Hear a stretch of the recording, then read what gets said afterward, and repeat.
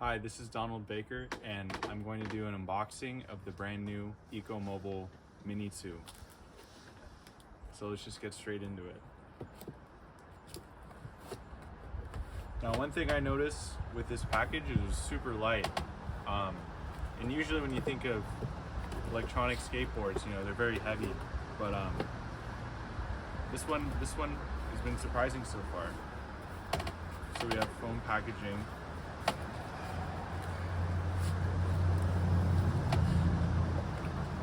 And here's the board.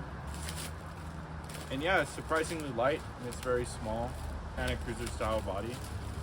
Let's open that up.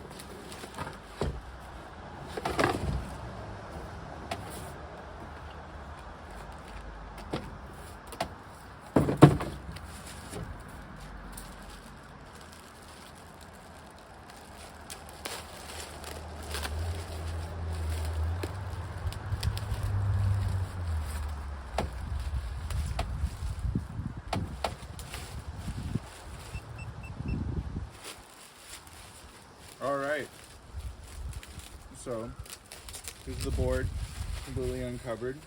The battery pack, I see the engines and or the motor, and then this solid wood body. It's got two grips, pretty sick grip job. The hexagons and the Ecomobl logo. But honestly, this seems super portable. I could just carry it around, and it's small, compact, low profile. So it'd be like a nice little commuter thing. I could see this, like, you know, on college campuses and stuff. Like, I would use this at school. And then here we have the accessory bag. Of course, operating owner's manual. And it comes with a skate key. And that's cool, because I always like having these around, especially as a skater in general. You always need a tool on you. All right, so one thing I noticed when unboxing this board is that there was no remote. And usually for e-skates, pardon the birds, but usually for e-skates you have a remote that controls acceleration and braking and all that. But this doesn't have that, which makes it very streamlined and, you know, just a singular small package. But at the same time, I was pretty confused at first, so I gave it a few runs just on this little straight stretch, just on my deck, and it's actually pretty simple to operate, although it had me thinking a little bit and adjusting to how to operate and ride this board. But basically, the way I figured out to make it work and to have it powered was to just give it like a glide, just to kind of set it down and just kick it and let it push and then jump on. Because on this board there are two pads, right here, right before the kicktail, and then right here above where you would put your front foot. Right, so there are two pads where you put your 2 feet while you're standing, and once you get it rolling and then you jump on to these two pads, then you get powered, and then it will just move and you don't gotta kick or anything.